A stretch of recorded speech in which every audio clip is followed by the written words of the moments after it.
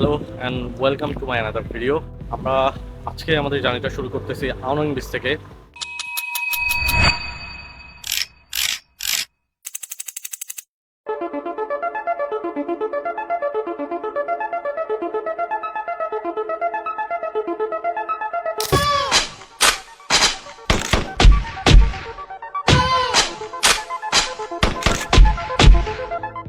Ao Nang beach হচ্ছে থাইল্যান্ডের উত্তরে আন্দামান সির পাশের একটা বিচ। এই বিচটা মূলত ফেমাস এই জন্য না যে এখানে অনেক সুন্দর একটা বিচ আছে। এই জায়গাটা মূলত ফেমাস এই জন্য কারণ ক্র্যাবি এক্সপ্লোর করাটা শুরু হয় এখান থেকে। আপনি এই জায়গা থেকে লং টেল বোট অথবা সি বোট নিয়ে আপনি যে কোনো জায়গায় যেতে পারেন আশেপাশে, লাইক ফিফি আইল্যান্ড অথবা রেলি, হং আইল্যান্ড এক্সেট্রা, আরও যেসব বিচগুলো আশেপাশে আছে। সো ক্র্যাবি এক্সপ্লোর করা কিন্তু এখান থেকে শুরু হয়।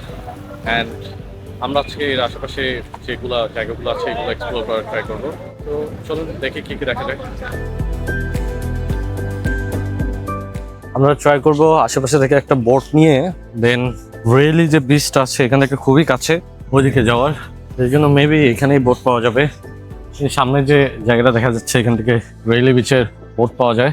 আমরা দেখবো যে এখানে টিকিট প্রাইস কত অ্যান্ড আশেপাশে কোন কোন জায়গাগুলো পাওয়া যায়। How much for Riley Go beach? and back 200 baht, up and down. Up and down. Yeah. Okay. Here is the The maximum 600 shillings. Thank you. Please. So আমরা এখান থেকে বোটের টিকিট কেটে ফেলছি। এটা যাওয়ার আসার জন্য পার পার্সন 200 বাত করে লাগছে। অ্যারাউন্ড কত হবে 800 টাকা পার পার্সন লাগছে যাওয়া অ্যান্ড আসার জন্য। আমরা ওখানে মেবি 6:30 পর্যন্ত থাকতে পারবো। সো আমাদের তো এনাফ টাইম আছে ওখানে ঘোরাঘুরি করার জন্য। 6:30-তে লাস্ট বোট এদিকে আসে। অ্যান্ড আর যাওয়ার সময় আমি দূর থেকে যেটা দেখতেছি বোটগুলা যে অবস্থা হচ্ছে ভিজে যাবো কিনা জানি না, বাট দেখা যাক এক্সপিরিয়েন্স কেমন হয়। আমরা কিন্তু টিকিট কাটছি লং টেইল বোট যেগুলো আছে এগুলার। সো আমরা এখন বোটের দিকে যাচ্ছি আর কি। কিছুক্ষণ সৈকতের পরিবেশ উপভোগ করার পর আমরা রেইলি বিচে যাওয়ার জন্য যাতায়াতের টিকিট একসঙ্গেই কেটে নিলাম। এরপর অপেক্ষা আজকে সবচেয়ে সুন্দর নৌযাত্রার জন্য। ওকে, আমাদেরকে সামান্য একটু পানিতে নেমে তারপরে যেতে হবে। ডাক পড়তেই আমরা লং টেইল বোটে উঠে বসলাম। সো উঠতে অলরেডি একটু ভিজে গেছি। আমরা এখন এখান থেকে রওনা দিব। এখন যে কাপাকাপি করতেছে বোট, আমার তো অলরেডি ভয় লাগতেছে। ওকে, বোট অলরেডি স্টার্ট দিয়ে ফেলছে অ্যান্ড আমরা মুভ করা স্টার্ট করবো। ইঞ্জিন চালু হতেই ধীরে ধীরে তীর ছেড়ে সমুদ্রের দিকে এগিয়ে চললো আমাদের নৌকা। আওনাং থেকে রেলির দূরত্ব খুব বেশি নয়, মাত্র কয়েক মিনিটের পথ, কিন্তু এই অল্প সময়ের যাত্রাটাই ক্র্যাবির অন্যতম সুন্দর অভিজ্ঞতার একটি।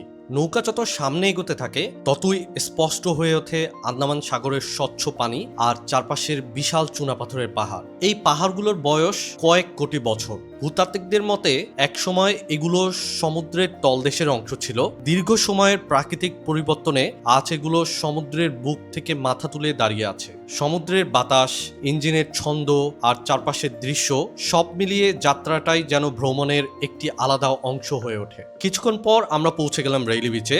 প্রথম দেখাতেই বোঝা যায় কেন এই জায়গাটিকে ক্র্যাবির সবচেয়ে সুন্দর সৈকতগুলোর একটি বলা হয়। আমরা রেইলি বিচ অলরেডি নেমে গেছি। এখন আমরা আশেপাশটা এক্সপ্লোর করবো। চারিদিকে বিশাল চুনাপাথরের পাহাড়, সামনে আন্দামান সাগরের স্বচ্ছ পানি আর চারপাশ জুড়ে এক অন্যরকম শান্ত পরিবেশ। কিছুক্ষণ সি বিচের পরিবেশ উপভোগ করার পর আমরা হেঁটে রওনা দিলাম ডায়মন্ড কেভের দিকে। সো এটা হচ্ছে রিয়েলি ওয়াকিং স্ট্রিট, এটা পথটা খুব দীর্ঘ নয় কিন্তু অসাধারণ সুন্দর। দুই পাশে ঘন সবুজ গাছপালা, মাঝে মধ্যে উঁচু চুনাপাথরের পাহাড় আর সমুদ্রের দিক থেকে ভেসে আসা শীতল বাতাস, সব মিলিয়ে পুরো পথটাই যেন প্রকৃতির ভেতর দিয়ে হাঁটার এক ভিন্ন অভিজ্ঞতা। আমরা এখন হেঁটে হেঁটে যাচ্ছি, সামনে কেভ আছে, মেবি ডায়মন্ড কেভ, ওদিকে যাইতেছি।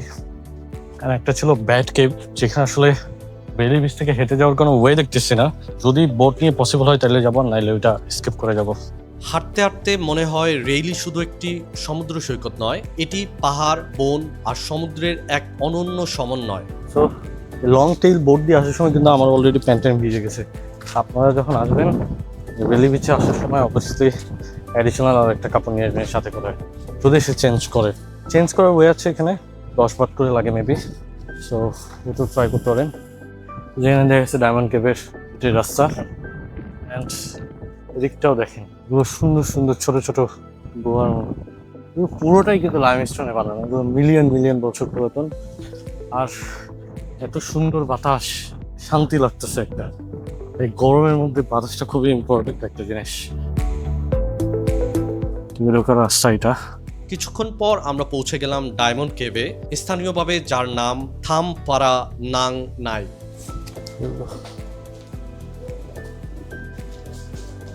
Thank you. টিকিট নিয়েছি অলরেডি, এই যে টিকিট, এটা 200 বাত করে পার পারসন। অ্যান্ড আমার পিছনে আছে এই যে ঢোকার রাস্তা এটা, অ্যান্ড 200 বাত করে পার পারসন। দেখা যাক ভিতরে কি আছে। টিকিট কেটে আমরা কেভের ভিতরে প্রবেশ করলাম। আমরা অলরেডি এই যে ডায়মন্ড কেভের মধ্যে দিয়ে ঢুকতেছি, ওটা যে এন্ট্রেন্স আছে এদিক দিয়ে ঢুকতেছি। আমি এখন দেখানোর চেষ্টা করতেছি আশেপাশটা কেমন। ছোট ছোট লাইট দিয়ে আছে, এই যে ছোট ছোট সাইজের। ভেতরে ঢুকতেই চারপাশের পরিবেশ বদলে যায়, তাপমাত্রা কিছুটা কমে আসে। এর নিচে এগুলো মেবি কাঠের একটা রাস্তা করে দেওয়া আছে। কাঠ না, এগুলো সিমেন্ট দিয়ে কাঠের মতো করে বানাইছে আর কি। অ্যান্ড উপরের দিকটা দেখাই, উপরের দিকে লাইট অনেক কম, ভিতরে একটা স্মেল আছে। উপরে অলরেডি বাদুড় ডাকাডাকি করতেছে। এগুলা কিন্তু এরকম মিলিয়ন মিলিয়ন বছর ধরে আস্তে আস্তে এগুলো তৈরি হয়েছে। দেখি একটু স্টোনগুলো কাছ থেকে দেখাই, এগুলো এমন। সেই জায়গাটা খুব সরু। অ্যান্ড আমরা অলরেডি একদম ভিতরে চলে আসছি, যেটা আমি যদি এদিক দিয়ে ঢুকি এটা এমন। আলো আধারের মাঝে ধীরে ধীরে চোখে পড়তে শুরু করে হাজার বছরের পুরনো স্ট্যালাকটাইট আর স্ল্যাগমাইট। চুনাপাথরের ওপর দিয়ে ফোঁটা ফোঁটা পানি ঝরে পড়ে অসংখ্য বছর ধরে তৈরি হয়েছে এই প্রাকৃতিক শিলাস্তম্ভগুলো। প্রতিটি গঠনের আকৃতি আলাদা, যেন প্রকৃতি নিজেই ধৈর্য নিয়ে এগুলো খোদাই করেছে। এগুলো উপর থেকে ভেঙে পড়ছে মেবি। এই দিক দিয়ে একটা পার্ক চলে গেছে, যদি এখানে কোনো রাস্তা নাই। এদিকেও একটা গুহার মতো আছে, চাইলে এই যে এদিক দিয়ে আস্তে আস্তে ওঠা যায়। অনেক ভূতত্ত্ববিদ লাইট নিয়ে ওনারা খুবই সূক্ষ্মভাবে চেক আউট করতেছে। সো আমি দেখা আর একটা জিনিস, এই যে এটা মেবি এইদিকেও যাওয়া যেত। ছোট একটা রাস্তার মতো করা আছে, যেটা ভাঙা অলরেডি। এটা হচ্ছে ডায়মন্ড কেভ, এটাই ছিল। অ্যান্ড চারিদিকটা দেখেন কত সুন্দর। আই ডোন্ট নো ক্যামেরায় কতটুকু দেখাতে পারতেছি, বাট ইটস বিউটিফুল। কারণ উপরের যে এরিয়াটা আছে এটা খুবই সুন্দর দেখতে।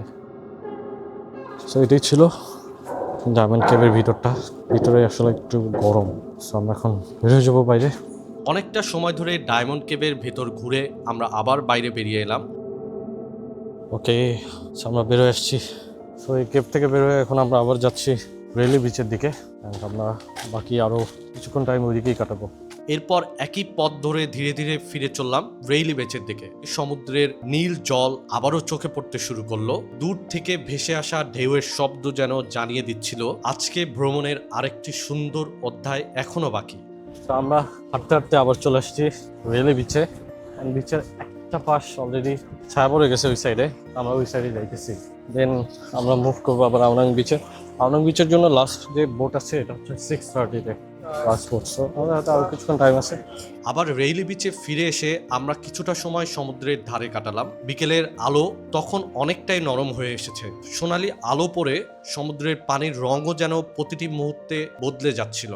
চারিদিকে দাঁড়িয়ে থাকা বিশাল চুনাপাথরের পাহাড়, সাদা বালুর সৈকত আর শান্ত আন্দামান সাগর, সব মিলিয়ে রেইলি বিচের সৌন্দর্যকে ভাষায় প্রকাশ করা সত্যি কঠিন। রেইলি বিচ শুধু ক্র্যাবিন নয়, পুরো থাইল্যান্ডের অন্যতম জনপ্রিয় সি বিচ। আমাদের রেইলি বিচ ঘোরা শেষ, এখন আমরা চলে যাবো আওনাংয়ের দিকে। আমার কাছে যে রিটার্ন টিকিট আছে ওইটাই জাস্ট এখানে দিয়ে দিব। যে গ্রিন কালারের টি শার্ট পরা যারা আছে এরা বোটের, সো ওনাদের কাছে দিয়ে দিব। অ্যান্ড ওনারা আমাদেরকে নিয়ে যাবে আওনাং বিচে। আমরা আবার লং টেইল বোটে উঠে বসলাম আওনাং বিচের উদ্দেশ্যে। বোট ধীরে ধীরে রেইলি বিচের তীর ছেড়ে আন্দামান সাগরের উপর দিয়ে এগিয়ে চলতে শুরু করলো। ফেরার পথে সমুদ্রটা যেন আরো শান্ত লাগছিল। দূরে পাহাড়গুলো ধীরে ধীরে ছোট হয়ে আসছিল।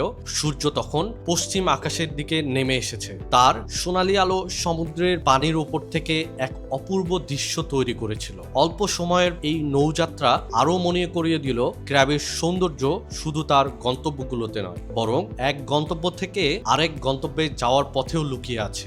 আওনাং বিচে ফিরে আমরা আর কোথাও যাইনি।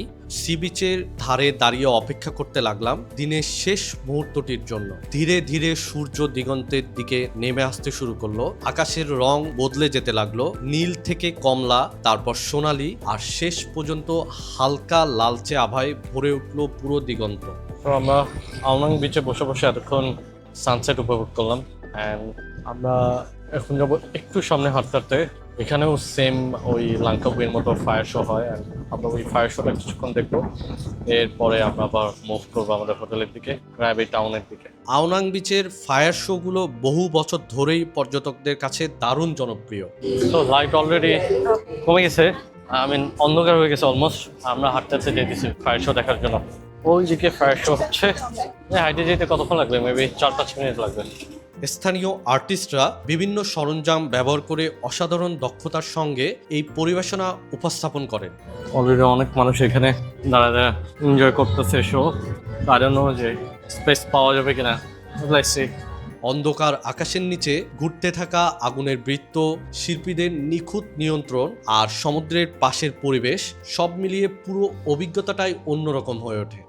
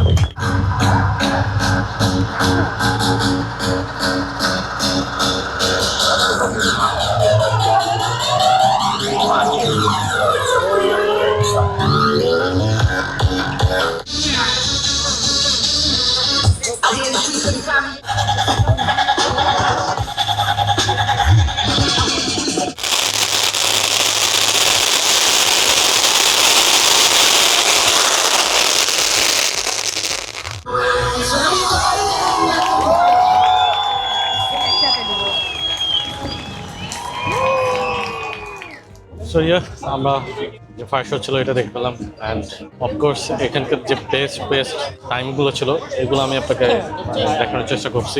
হ্যাঁ, লাঙ্কাবুয়ের থেকে এটা বেটার ছিল। লাঙ্কাবুয়ের যে ফায়ার শো ছিল এটা থেকে এটা বেটার। অ্যান্ড এদের বয়সও অনেক কম। লাঙ্কাবুয়েতে যারা শোটা করছিল ওদের থেকে এদের বয়সটা অনেক কম। And amazing. অবশ্যই ক্র্যাবিতে আসলে আওনাংয়ের দিকে আসবেন। অ্যান্ড আওনাংয়ের দিকে আসলে তো এটা অবশ্যই মিস করবেন না। 6টা থেকে হয় প্রতিদিন। অ্যান্ড এখন আমরা চলে যাবো আমাদের হোটেলের দিকে। আমরা আবার স্কুটিতে উঠে বসলাম, ফিরে চললাম আমাদের হোটেলের পথে। এভাবেই সমুদ্র, পাহাড়, কেভ আর সূর্যাস্তে ভরা আরেকটি দিন শেষ হলো ক্র্যাবিতে। দেখা হবে পরবর্তী এপিসোডে।